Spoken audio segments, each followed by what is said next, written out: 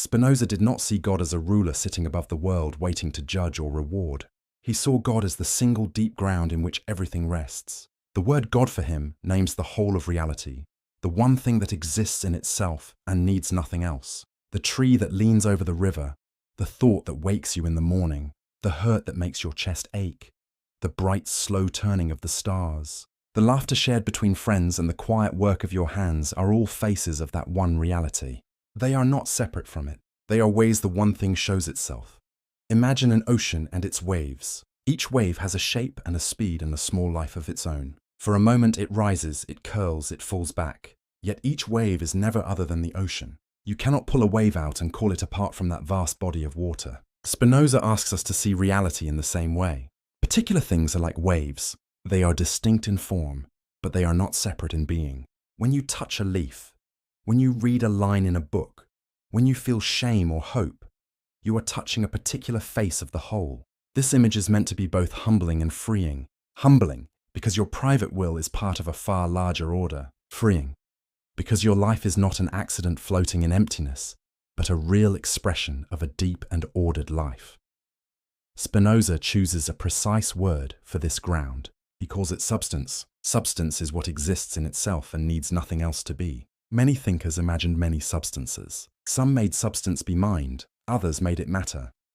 Others imagined a host of separate things that together built the world. Spinoza says no, there is one substance only. Everything else depends on it. Everything else is a mode, a particular way the one substance appears. Modes are not illusions. They are real and concrete. They are the shapes and movements and thoughts and feelings that make the world full of variety.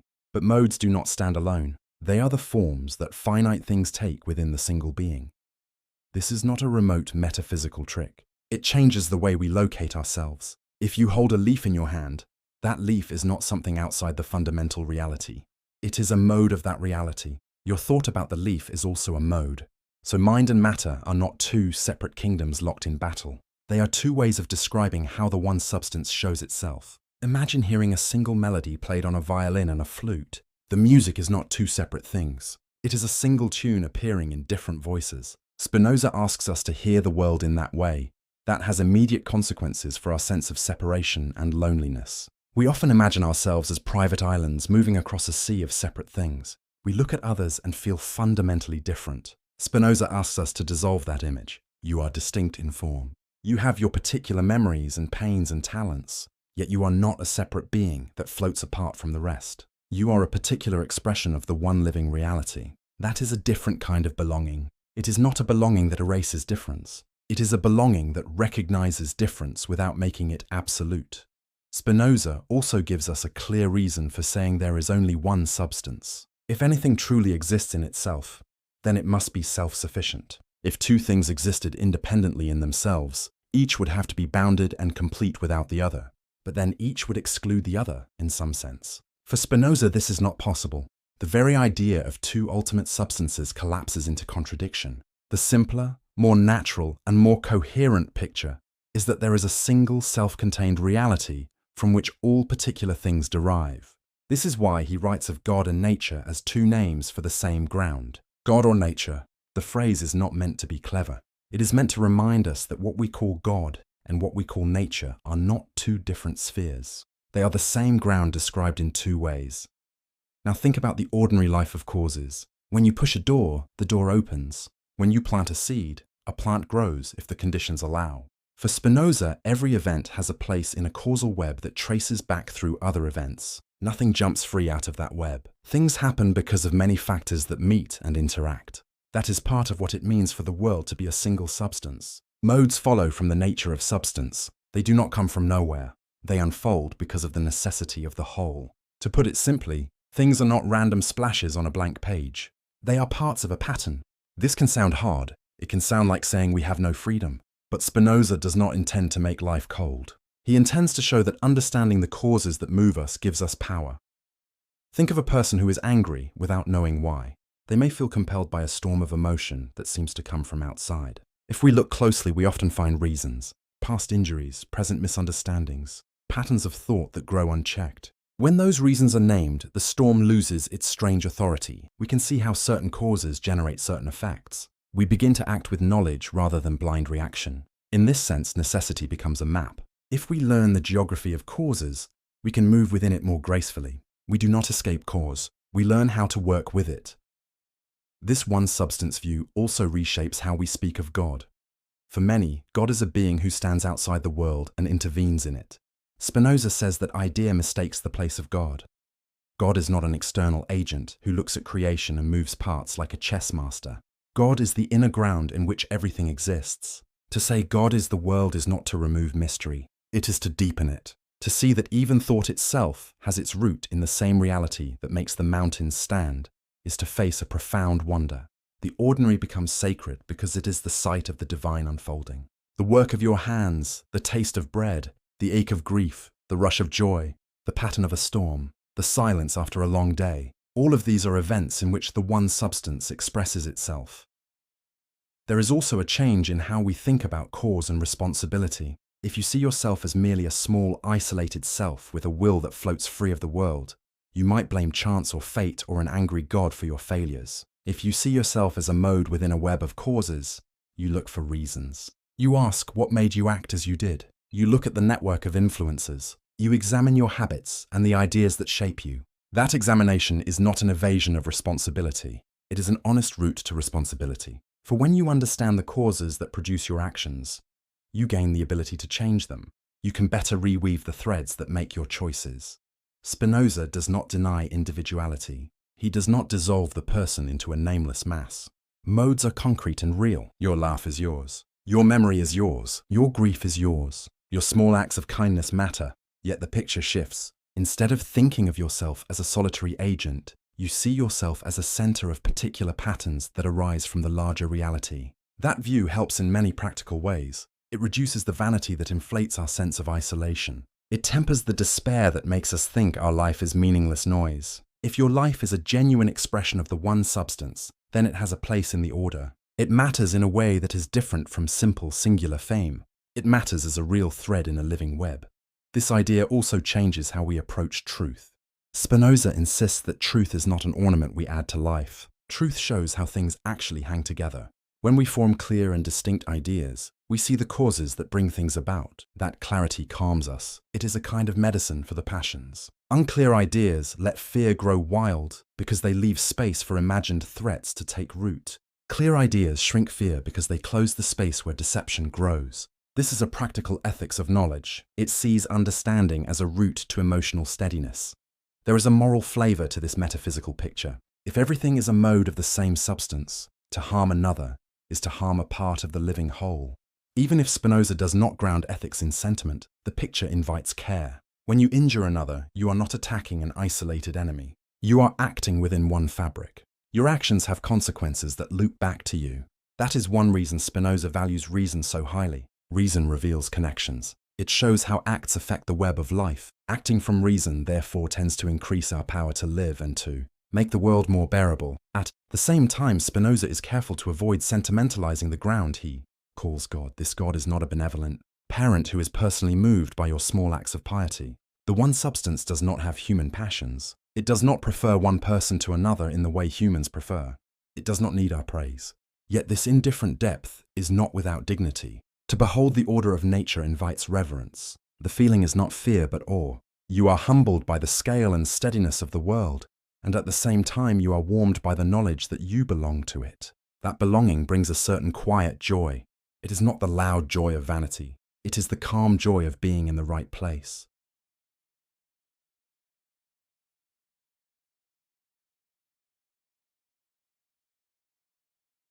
Picture a coin. On one side a face, on the other side a pattern stamped by the same mint. You cannot separate the faces and say one is real and the other is not. Each is a way of speaking about what the coin is. So thought and extension are like two faces of the same thing. When your mind forms an idea, that event is a real occurrence in the great web. When your hand reaches for a cup, that reaching is the same life showing itself as movement in space. To call them two attributes is to say that nature is rich and can be described from different sides. To call them separate kinds of things is to make a needless split. This has a simple but profound consequence. The old picture of a ghost steering a machine is a false picture. The mind is not a soul that sits like a captain in a cabin while the body sails without it. Instead, mind and body are two expressions of one life. Your thinking and your moving belong to the same network of cause and effect. When you feel an urge to stand up, some bodily condition moves, and the thought of standing rises. When you form an image in your mind, there is a parallel motion in the bodily order. These are not accidents. They are the natural parallelism of the attributes. Understanding this helps with practical life. Many of our anxieties come from imagining a split. We worry that our thought is failed, or that our body betrays a true self hidden somewhere else. But if mind and body are two expressions of the same order, then each change in the body is not a sign that the mind is lost. Each idea is not a private, ghostly artifact. There are reasons. Ideas arise because of causes. They have histories. They sit within networks of relationships that can be traced and understood. Spinoza insists that ideas are as real as stones. An idea is a mode of the attribute of thought, just as motion is a mode of the attribute of extension. That means the life of the mind has weight in the world. Your beliefs are not mere fancies. They are parts of the fabric. They affect how you act. They affect how the world responds. If you change the idea, you change the course of events. This is why the study of ideas matters so much in Spinoza. To know clearly what you think is to change what happens around you. He also makes a claim about the completeness and adequacy of ideas. Some ideas we hold are partial, confused, born of shadows. Others are clear and distinct, born of careful tracing of causes. The clearer the idea, the more it reflects the structure of the real. The more confused the idea, the more it misleads us. This is not mere theory, it points to practice. If you nurse confused ideas about yourself, you will be pulled this way and that by passions whose roots you cannot see. If you work to form clear ideas, you begin to stand on firmer ground.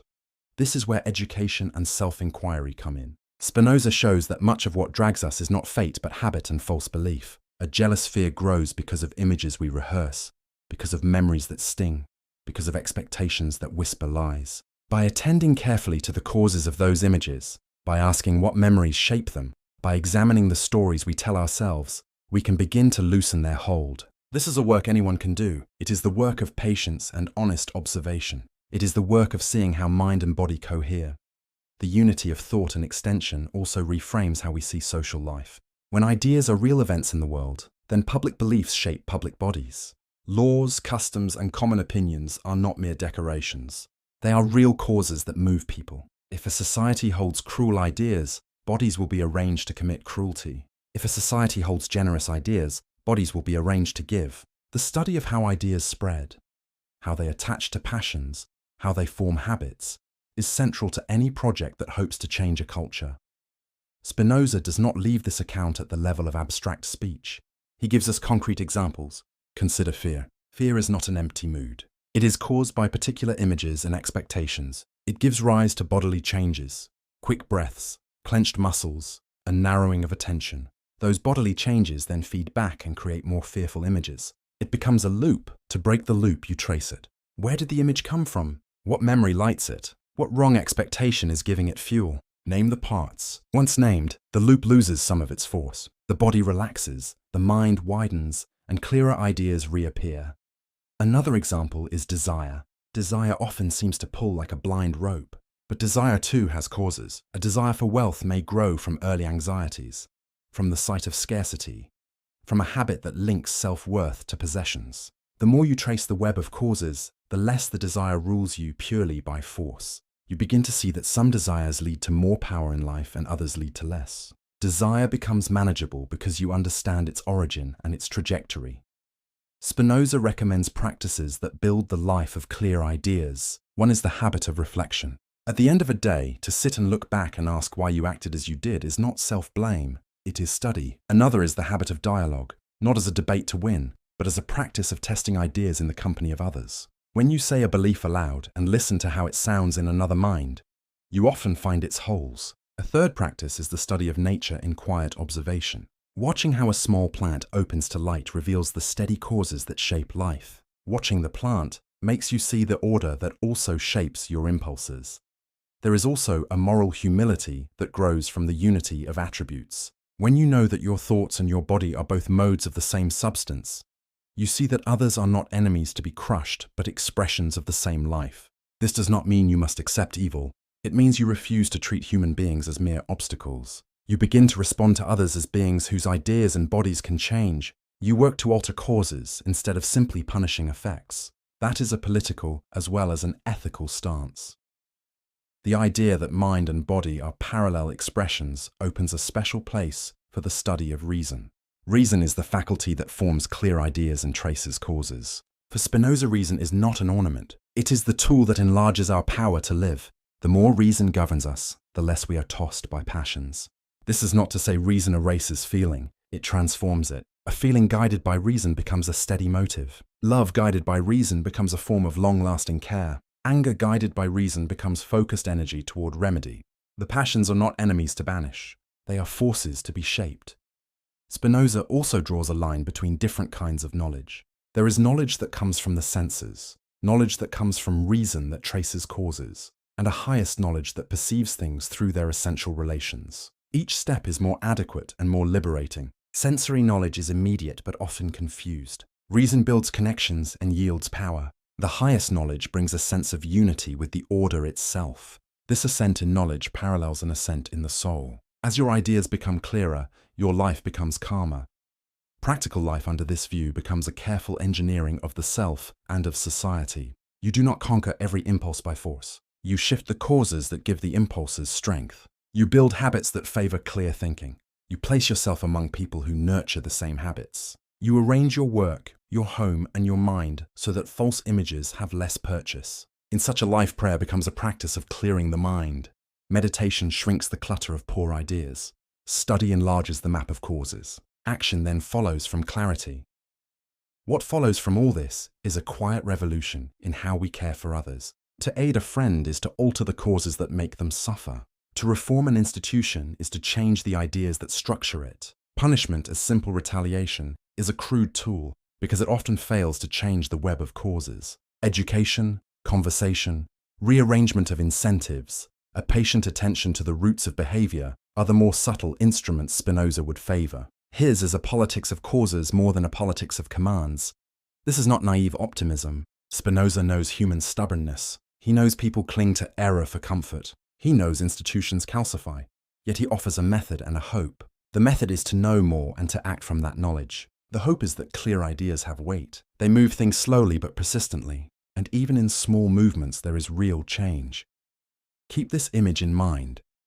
Thought and extension are two rivers that run side by side, sometimes invisible to each other, but fed from the same source. To learn how they meet, to follow their banks and see how currents shift, is to become skilled in the art of living. It is to act in the world in a way that enlarges your power and the power of those around you. This is the heart of Spinoza's insistence that the study of nature and the study of mind are the same enterprise. They are both ways into the single deep reality that he calls God or nature. By understanding both, by forming ever clearer ideas, by shaping causes rather than simply reacting to effects, we move toward a life of steadier joy and more effective action. Now let the vision settle.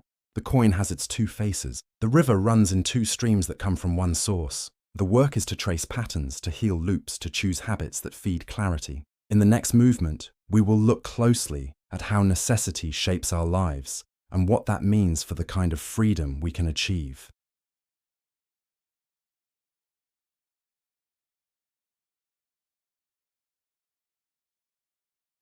Necessity in Spinoza's vision is not a heavy chain that drags us unwilling across the ground. It is the logic of reality itself, the way things follow from the nature of the one substance, with the same certainty that a triangle's angles follow from its definition. To him, nothing stands outside this order. There is no hand that interrupts it, no sudden rupture that overturns its flow. Every event, every thought, every shift in the wind has its cause, and that cause has another behind it, and so on without end. To exist is to be woven into this fabric. For many, this thought feels severe. Where then is freedom if all is bound by necessity? But Spinoza wants us to see that what frightens us here is only the fading of an illusion. We imagine freedom as a ghost floating outside the world, a will that could act without reason, without cause. But such a will would be random, not free. A free act, for Spinoza, is one that follows from the necessity of our own nature, understood clearly. The more we know the causes that move us, the more we align with what we truly are. That is freedom. Not escape from order, but harmony with it. Think of a child who rages when denied a toy. The child feels free, even powerful in that storm of passion, but in truth is a slave to forces he does not see. The image of the toy, the memory of possession, the sharp sting of want, these govern him. Now imagine the same child grown, who understands what desire is, where it comes from, and how it can be redirected. When he chooses calmly to act for what is better, he is more free, not less. Both acts arise from necessity, but one is blind, the other clear. So freedom for Spinoza is a kind of vision. It comes from knowing the threads that bind us. The person ruled by passions is tossed like a boat in storms. The person who understands is not outside the storm, but has learned to steer with its winds. That steering is not absolute control, but it is power. It is the difference between being dragged and being carried. And as reason grows, the storms lose their violence. We do not stop being part of necessity. We stop being strangers to it. This has another consequence. Blame and praise change their shape. If every act follows from causes, then evil is not a demon's free invention, and goodness is not a miracle of will. They are both outcomes of networks of causes. The thief is not a monster from nowhere. He is the product of desires shaped by ignorance and hunger. The generous person is not an angel who defied nature. She is someone whose understanding and upbringing aligned her with what increases her power to live. Spinoza does not say we must excuse all things, but he says that to see clearly is to respond differently. Instead of crying out against demons, we study causes and seek remedies. This is why Spinoza's philosophy carries a quiet calm. If you see all things as necessary, you stop cursing the world for what it brings. You still resist what harms you, but you resist it with knowledge, not with despair. You do not waste your strength fighting ghosts. You begin to work with the grain of reality, shaping it where you can. And even in what you cannot change, you find a strange peace. For the order of the world is the order of God. And to accept necessity is to accept the life of God as it unfolds.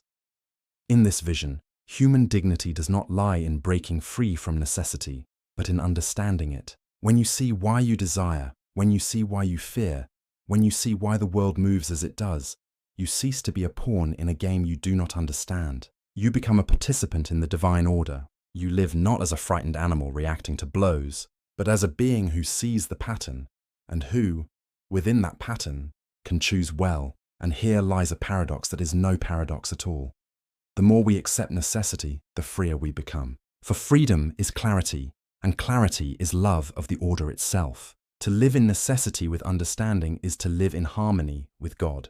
It is to act from the fullness of what you are, not from confusion. That is why Spinoza calls this knowledge liberating. It is not an escape from the world, but a deeper belonging to it. This is the foundation on which his ethics stands. From here he will tell us what it means to seek joy, to enlarge our power, and to love God not as a distant Lord, but as the very structure of existence itself.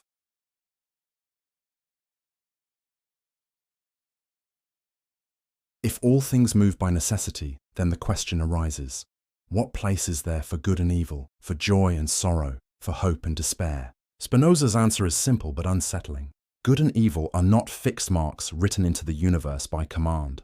They are names we give to what helps or harms our power to exist, what increases our strength, our clarity, our ability to live and act, that we call good, what weakens, blinds, or diminishes us, that we call evil. This way of thinking cuts away the picture of morality as obedience to an external ruler. There is no law handed down from a throne above the sky. The law is the very structure of being. To live well is not to please a king, but to align with what sustains and enlarges us. To live badly is to follow passions and illusions that sap our strength. Spinoza does not dismiss morality. He grounds it in the fabric of nature itself. Desire is central here. Desire is not shameful or fallen. It is the essence of each thing striving to persist in being. Every creature is defined by its conatus, its effort to endure and increase its power. The plant turns toward light, the animal hunts, the human seeks knowledge or love. These are all forms of the same striving. Evil comes when desire is guided by confused ideas, when what we chase leads us to weakness. Good comes when desire is guided by reason, when it leads to growth and steadiness. So ethics for Spinoza is a matter of clarity. The more you understand your desires, the more you can choose those that align with your nature and reject those that betray it. The person who drinks poison because he mistakes it for wine does evil to himself out of ignorance. The person who drinks water knowing it sustains him does good. The difference is not divine punishment, but knowledge. To live ethically is to live with a mind that sees, and to act in accordance with what that vision shows. This vision leads to what Spinoza calls the intellectual love of God. As our ideas grow clearer, as we understand more of the causes that shape us, we find ourselves filled with a joy that is not fleeting. It is the joy of seeing reality as it is and of knowing we belong to it. This joy is not dependent on chance or fortune. It does not vanish when wealth fades or when the body weakens. It is rooted in understanding, and so it endures. The intellectual love of God is not the love of a distant ruler. It is the love of reality itself, seen under the aspect of eternity. It is the mind's delight in recognizing that it is part of the infinite. To love God in this sense is to love the order of things, not with blind submission, but with clear acceptance. It is to find peace in the knowledge that even our limits and sorrows have their place in the whole. This kind of love transforms how we deal with passions. Anger becomes less sharp when we see the causes that gave rise to it. Envy softens when we understand that another's fortune is not a theft from our own essence. Fear loses some of its grip when we know that everything follows from the same order that sustains us. We do not cease to feel these passions, but we are no longer ruled by them. They pass through us like storms that no longer uproot the tree. Spinoza also shows that joy and love can grow stronger when they are guided by reason. A love based on confused images is fragile, easily broken when the illusion shatters. A love based on clear understanding of another's nature and of how they enrich our own is steady and enduring. Such love increases both persons' power to live. In this sense, ethics and joy are not separate. They are the same path, the same practice of living with clarity and strength. Here the word virtue takes on a new light. Virtue is not obedience. It is not sacrifice. Virtue is the power to act according to reason, to live in a way that sustains and increases our essence. The virtuous person is not one who denies himself, but one who knows himself and lives accordingly. The highest virtue is understanding, because understanding orders all desires and gives them their proper place. When Spinoza speaks of blessedness, he does not mean a reward given after death. He means the state of joy that comes when the mind rests in clear vision. Blessedness is here and now, in the mind that sees the eternal in the passing moment, in the person who acts from love of truth rather than fear or superstition. This is the freedom that grows from necessity, the happiness that grows from clarity, the love that grows from knowledge.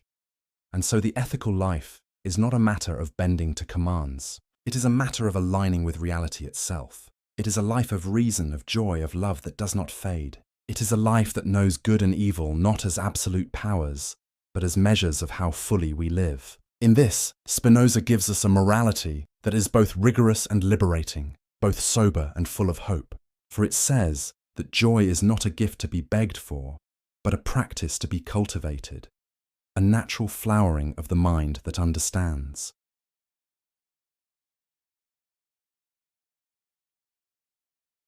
Spinoza takes up prayer and miracles with the same steady hand. Where others saw interruptions of nature, he saw only gaps in our understanding. A miracle is not the breaking of natural order, but the limit of our knowledge of it. When lightning splits the sky, an ignorant mind calls it divine anger. When disease strikes, some say it is punishment. But for Spinoza, both are effects with causes we may or may not yet know.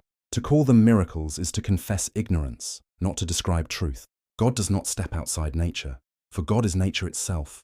Prayer too is reshaped. If God is not a ruler who changes his will to answer requests, then prayer cannot be pleading.